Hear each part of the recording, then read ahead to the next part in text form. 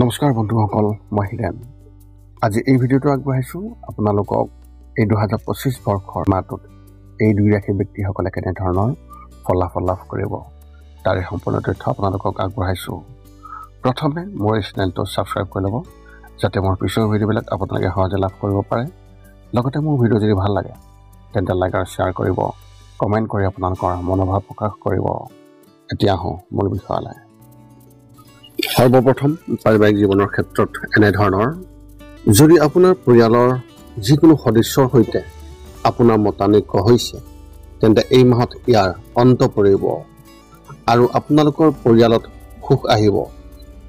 আপোনাৰ পৰিয়ালৰ সকলো সদস্যৰ মৰম আৰু আপোনাৰ পিতৃ মাতৃৰ আশীৰ্বাদ আপোনাৰ ওপৰত থাকিব। পৰিয়ালৰ কোনো সদস্যৰ পৰাও আপুনি কিছু শুভ চিন পাব পাৰে। ভাই ভনীসকলৰ লগত আপোনাৰ মোহ আগৰ তুলনাত যথেষ্ট বৃদ্ধি পাব।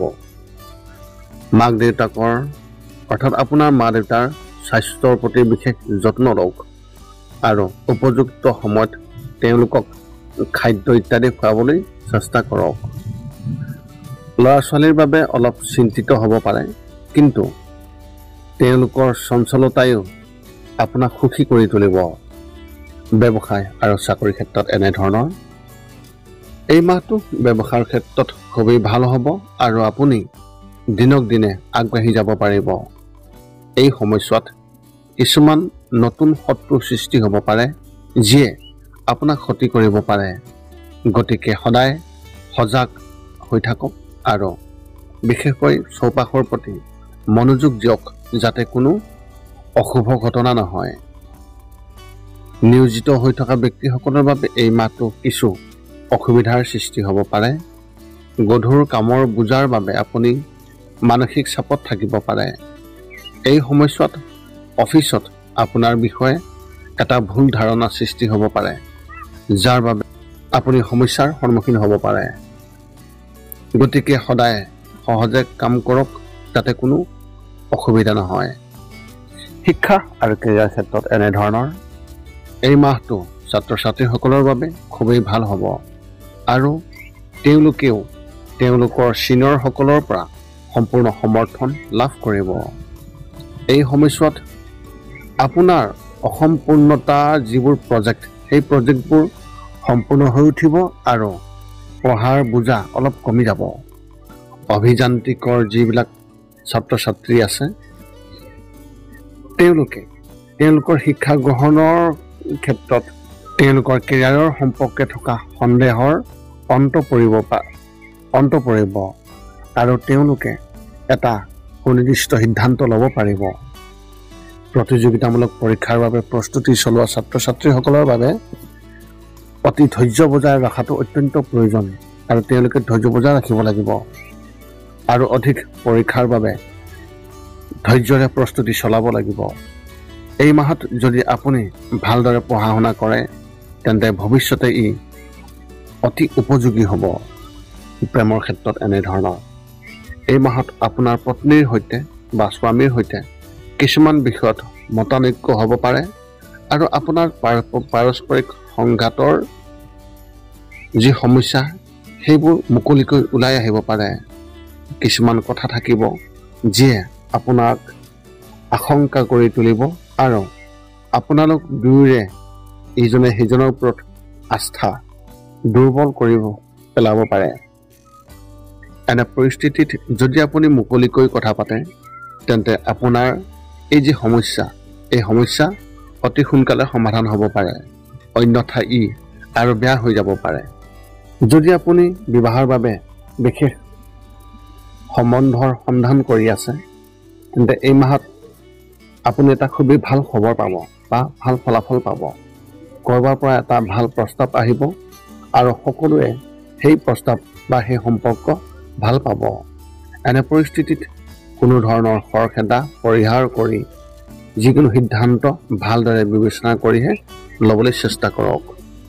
স্বাস্থ্যৰ ক্ষেত্ৰত এনেধৰণৰ, যদিও আপুনি সুস্থ হৈ থাকিব কিন্তু একে সময়তে সাৱধান হোৱাটো অতি প্ৰয়োজনো হ'ব।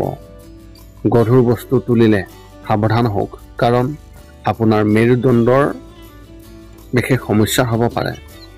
যদি ইয়াৰ প্ৰতি আপুনি গুৰুত্ব নিদিয়ে তেন্তে এই সমস্যা আৰু বৃদ্ধি পাব।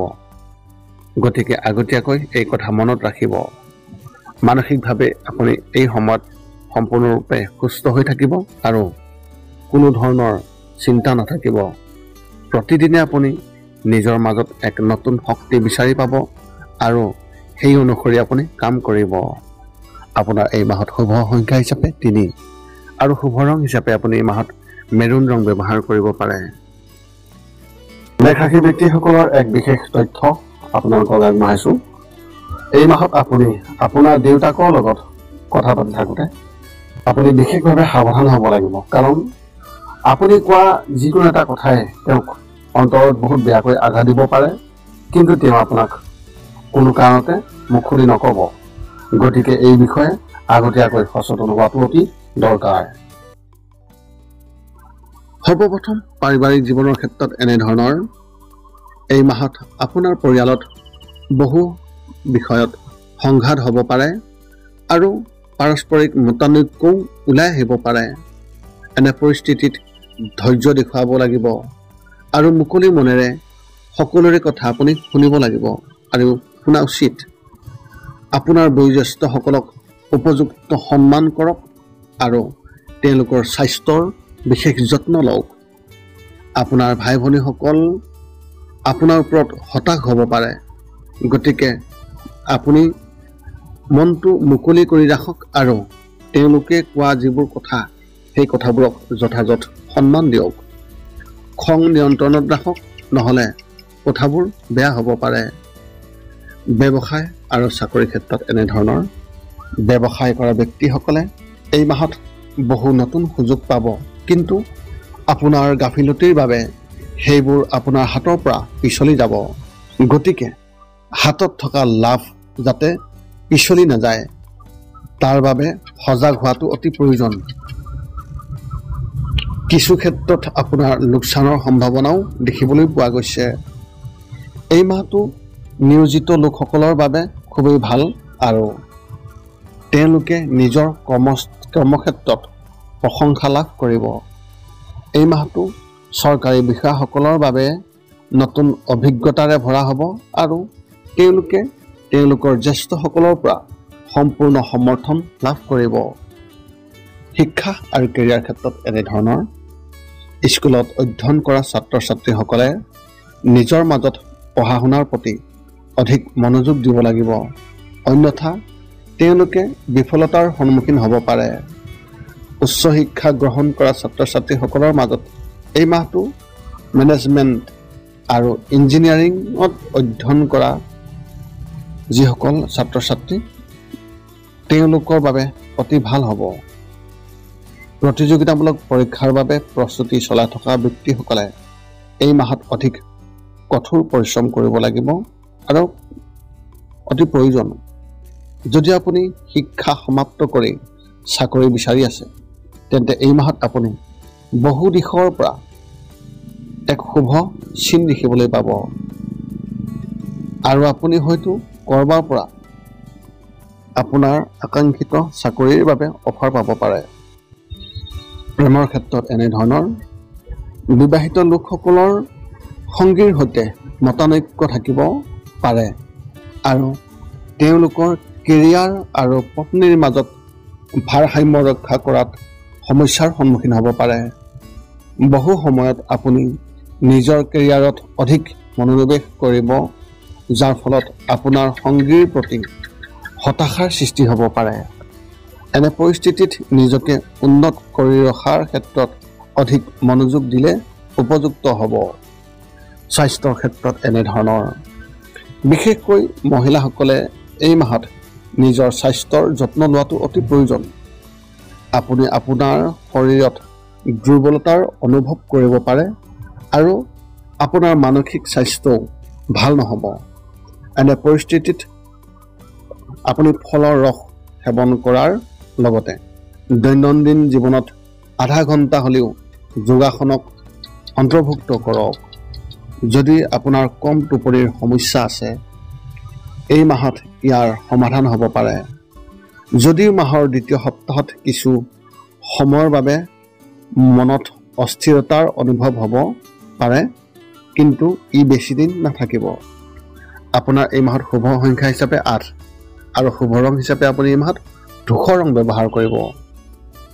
বৃষ ৰাশি ব্যক্তিসকলৰ এক বিশেষ তথ্য, এই মাহত আপুনি আপোনাৰ সঙ্গীৰ প্ৰতি মনোযোগ দিব লাগিব, অন্যথা আপোনাৰ সম্পৰ্ক চিৰদিনৰ বাবে ফাটি যাব পাৰে, যিটো আপুনি পিছত অনুশোচনা কৰিব। গতিকে আগতীয়াকৈ এই বিষয়ে অতি বিশেষভাৱে সচেতন হ'ব লাগিব। এতিয়া আপুনি সকলো তথ্য লাভ কৰাৰ পিছত এই 5টা কাম কৰিবলৈ আপুনি যিমান পাৰি চেষ্টা কৰক। সৰ্বপ্ৰথমটো হৈছে আপুনি আপোনাৰ শৰীৰটো সুস্থ কৰি ৰাখিবলৈ দৈনিক যোগাসন কৰক, য'ত মূলতঃ 10 মিনিটৰ বাবে ওমকাৰ মন্ত্ৰ, 10 মিনিটৰ বাবে কপালভাতি আৰু 10 মিনিটৰ বাবে অনুলোম বিলোম। ইয়াৰ লগে লগে আপোনাৰ শাৰীৰিক আৰু মানসিক স্বাস্থ্য একেবাৰে নিখুঁত হৈ থাকিব। 2 নম্বৰটো হৈছে ৰাতি শোৱাৰ আগতে নিস্তব্ধ আৰু নিৰ্জন ঠাইত 10 পৰা 20 মিনিট ধ্যান কৰিব লাগে। ইয়াৰ দ্বাৰা 2টা উপকাৰ পোৱা যায়। এটা হ'ল আপুনি ভাল টোপনি পাব আৰু দ্বিতীয়টো হৈছে পিছদিনা আপুনি সতেজ অনুভৱ কৰিব। ধ্যান কৰি থাকোঁতে মধ্যমীয়া শব্দৰ শান্ত সংগীতো আপুনি শুনিব পাৰে। 3 নম্বৰটো হৈছে প্ৰতি মংগলবাৰে পুৱা নিশ্চয় হনুমান চালিচা পাঠ কৰক আৰু হনুমান মন্দিৰ দৰ্শন কৰক, নতুবা আপুনি বিষ্ণু মন্দিৰ দৰ্শন কৰক। ইয়াৰ দ্বাৰা আপোনাৰ আৰু আপোনাৰ পৰিয়ালৰ যিকোনো সদস্যৰ সংকট দূৰ হ'ব আৰু সদায় সুখ আৰু শান্তি থাকিব। 4 নম্বৰটো হৈছে ঘৰৰ বাহিৰত গৰু আৰু কুকুৰক প্ৰতিদিনে আপুনি পাৰিলে খাদ্য খুৱাব লাগে। খাদ্য খোৱা আৰু যদি পাৰে চৰাই চিৰিকটি আদিকো খাদ্য আৰু পানীৰ যোগান ধৰক। এই পৃথিৱীখন যিমান আমাৰ সিমানেই সিহঁতৰো। নিতৌ ইহঁতক খুৱাই আমি তেওঁলোকৰ পৰা এক আশীৰ্বাদ লাভ কৰিব পাৰোঁ আৰু আমাৰ ওপৰত থকা গ্ৰহবোৰৰ কুপ্ৰভাৱ দূৰ হ'ব। সদশেষত 5 নম্বৰটো হৈছে আপুনি পাৰিলে মাজে মাজে চৌপাশৰ দুখীয়া ব্যক্তিসকলক আপুনি পাৰিলে সহায় কৰক আৰু ভোকাতুৰ ব্যক্তিসকলক আপুনি পাৰিলে খুৱাবলৈ চেষ্টা কৰক। এই আছিল এই 2025 বৰ্ষৰ মে মাহটোত বৃষ ৰাশিৰ ব্যক্তিসকলে লাভ কৰিবলগীয়া সম্পূৰ্ণ ৰাশিফলৰ বৰ্ণন। যদি আপোনাৰ মনত এতিয়াও জ্যোতিষ সম্বন্ধীয় কিবা প্ৰশ্ন আছে, তেন্তে আপুনি আমাক এই ভিডিঅ'ৰ তলত কমেণ্ট কৰি আপোনাৰ প্ৰশ্ন অৱগত কৰাওক আৰু আমি আপোনাৰ প্ৰশ্নৰ উত্তৰ দিবলৈ আমি সকলো সময়তে সাজু আছোঁ। যদি মোৰ ভিডিঅ'টো ভাল লাগিল, মোৰ চেনেলটো ছাবস্ক্ৰাইব কৰি থ'ব, যাতে আমি আকৌ অন্য এটা ভিডিঅ'ত এই চেনেলৰ জৰিয়তে আকৌ আমি লগ হওঁ। পুনৰ লগ পাম অন্য এটা ভিডিঅ'ত। আজিলৈ ধন্যবাদ।